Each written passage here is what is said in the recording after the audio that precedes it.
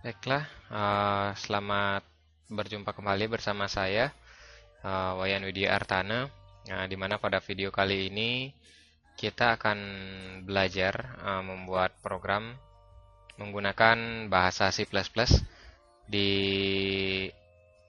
dengan menggunakan IDE Visual Studio 2010. Jadi di sini untuk IDE-nya sendiri kita sudah menginstal. Jadi kalau kita sudah pin atau bisa kita cari di start juga.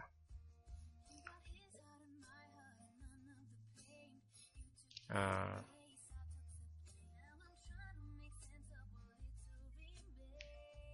Tinggal klik, kemudian kita tunggu sampai windownya terbuka. Nah, kalau sudah terbuka seperti ini, kita untuk membuat sebuah project baru, kita klik New Project pada bagian Get Started Welcome atau di bagian Start Page. Pada saat window terbuka, kita klik New Project. Nah, kemudian kita pilih Visual C, kemudian pilih Win32 konsol aplikasi, kita berikan nama. Misalnya modul 1. Kita klik OK. Nah, di sini untuk lokasinya sendiri itu ditentukan di C user, atau kita bisa browse kalau misalnya kita tidak menginginkan lokasi project kita akan nantinya dibuat di sini. Secara defaultnya itu akan dibuat di C user, nama user Anda, kemudian dokumen, kemudian Visual Studio, kemudian di project. Nah, kita biarkan saja untuk kali ini default foldernya modul 1, kita beri nama modul 1, solution name-nya juga kita bisa beri nama modul 1, atau kita bisa menamakan selain dari nama project kita. Nah, jika sudah, kita klik OK. Nah, di sini muncul sebuah kotak dialog box, Win32 Application Wizard modul 1. Welcome to the Win32 Application Wizard. Nah, di sini kita klik next. Di sini ada overview dan application setting, kita klik next. Nah, ketika kita sampai di application setting, application type-nya kita pilih konsol aplikasi, kemudian additionalnya kita pilih empty project. Nah, kalau sudah, kita klik finish.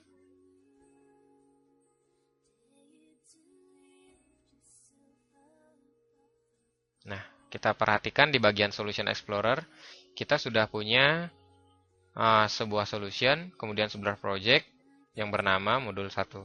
Tetapi di sini kita belum punya source file apa-apa, atau kita belum dapat mengetikkan source code yang ingin kita ketikkan karena kita belum punya source file. Untuk menambahkan source file, kita klik kanan di sini, di bagian source file, kemudian tunjuk add, kemudian pilih new item.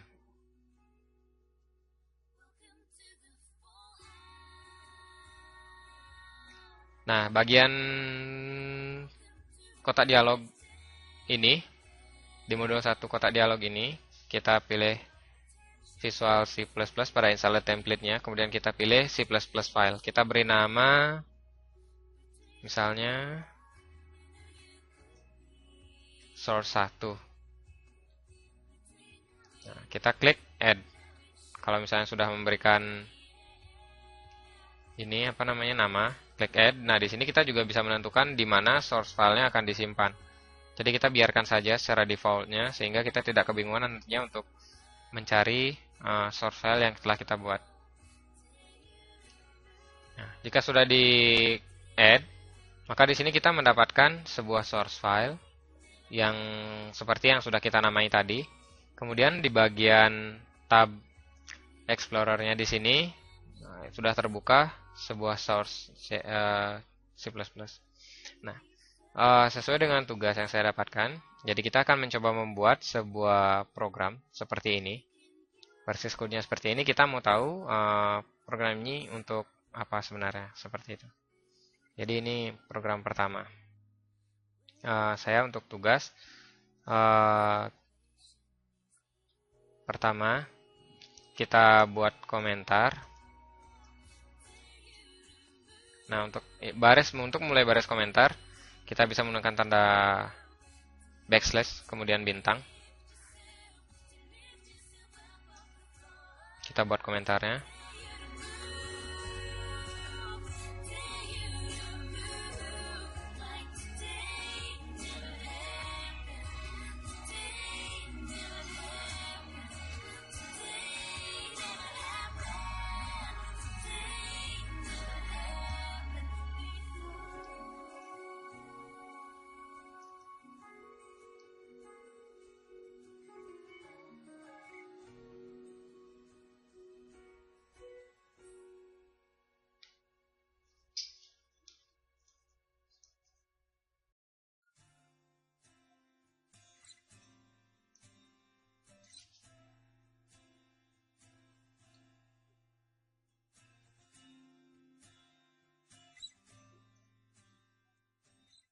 Nah, jika kita membuat komentar seperti ini, maka nantinya code yang ada di komentar ini itu tidak akan dieksekut. Artinya, program tidak akan mengeksekusi atau menjalankan yang kita ketikkan di dalam baris komentar. Jadi ini tidak akan berpengaruh kepada output ataupun input atau proses dari program yang kita buat dengan menggunakan komentar seperti ini.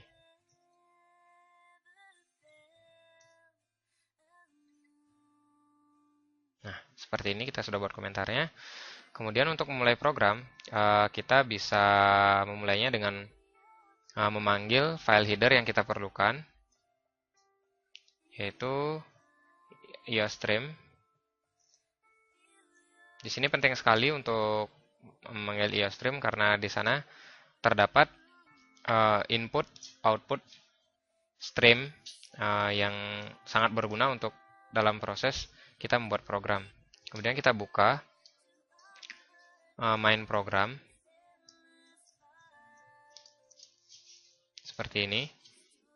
Jadi ini menandakan bahwa main program itu dimulai. Jadi main atau deklarasi struktur main seperti ini itu menandakan bahwa main aplikasi telah dimulai. Dan untuk setiap program C, setiap prosedur atau main program itu harus kita buka dengan kurung kurawal buka, kemudian kita tutup dengan kurung kurawal tutup sebagai tanda awal mulai statement dan akhir dari statement dari masing-masing prosedur tersebut. Nah, di sini kita akan mengoutputkan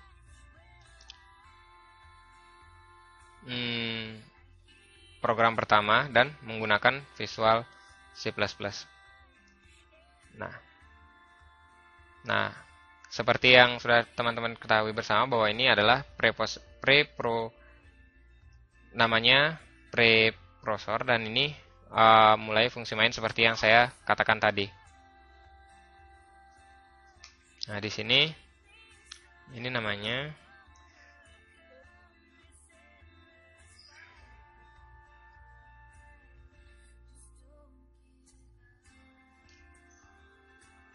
kemudian di sini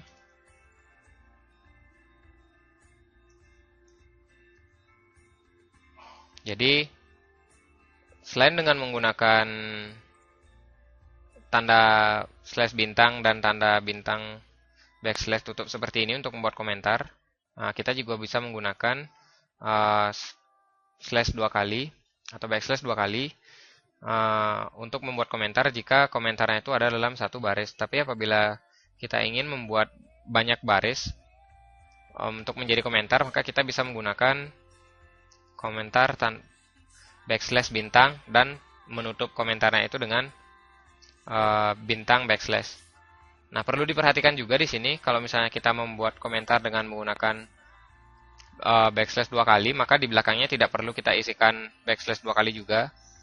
Tapi untuk menutup komentar pada backslash bintang, kita memerlukan penutupnya berupa bintang backslash seperti itu. Nah, di sini kita akan memunculkan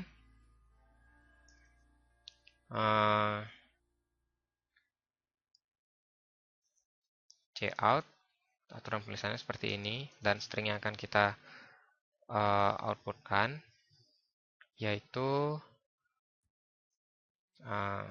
ini adalah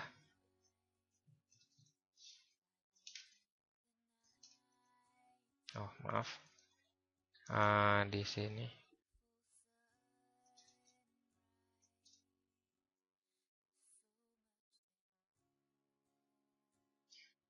ini adalah program pertama saya. Nah, kemudian kita gunakan slash n itu untuk backslash n maksud saya itu untuk membuat baris baru. Kemudian itu lagi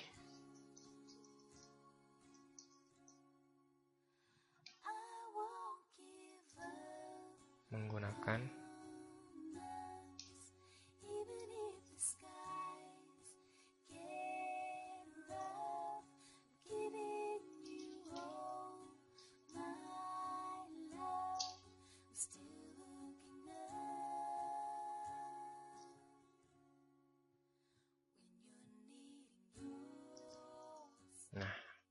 setiap baris komentar pada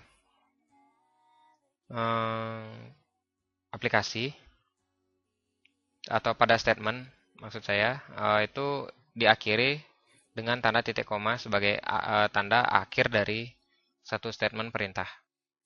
Nah, karena di sini kita mendeklarasi fungsi main itu dengan integer, maka kita harus mengembalikan nilai integer dengan secara defaultnya kita kembalikan nilai 0 dengan mengetikkan di sini return 0. Seperti ini. Kita coba compile dengan menggunakan tombol Ctrl F7 atau bisa kita klik di bagian project atau di debugnya, start debug atau without debugging. Di sini kita bisa gunakan itu. Nah, kita lihat di output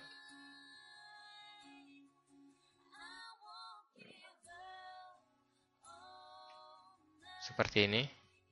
Jadi programnya mengeluarkan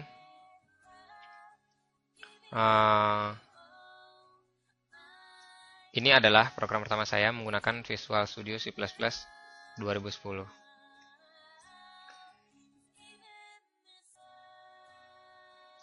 Jadi bisa diperhatikan di sini.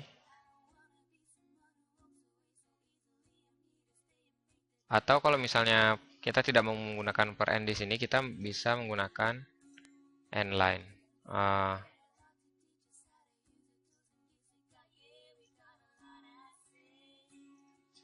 Kita gunakan saja dulu per n di sini untuk new line-nya. Tapi kita lihat perbedaannya kalau kita tidak menggunakan per n, maka seperti apa jadinya. Kita debug kembali menggunakan Ctrl F5.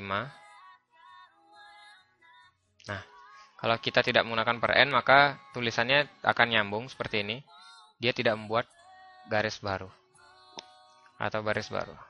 Sekian untuk video tutorial kali ini. Semoga bisa berguna untuk teman-teman yang sedang belajar bahasa C++ menggunakan Visual Studio 2010. Program pertama saya. Terima kasih atas perhatiannya. Salam dari saya, Wayan Widiartana. ITB TKJMD Batch 7, Together We Can.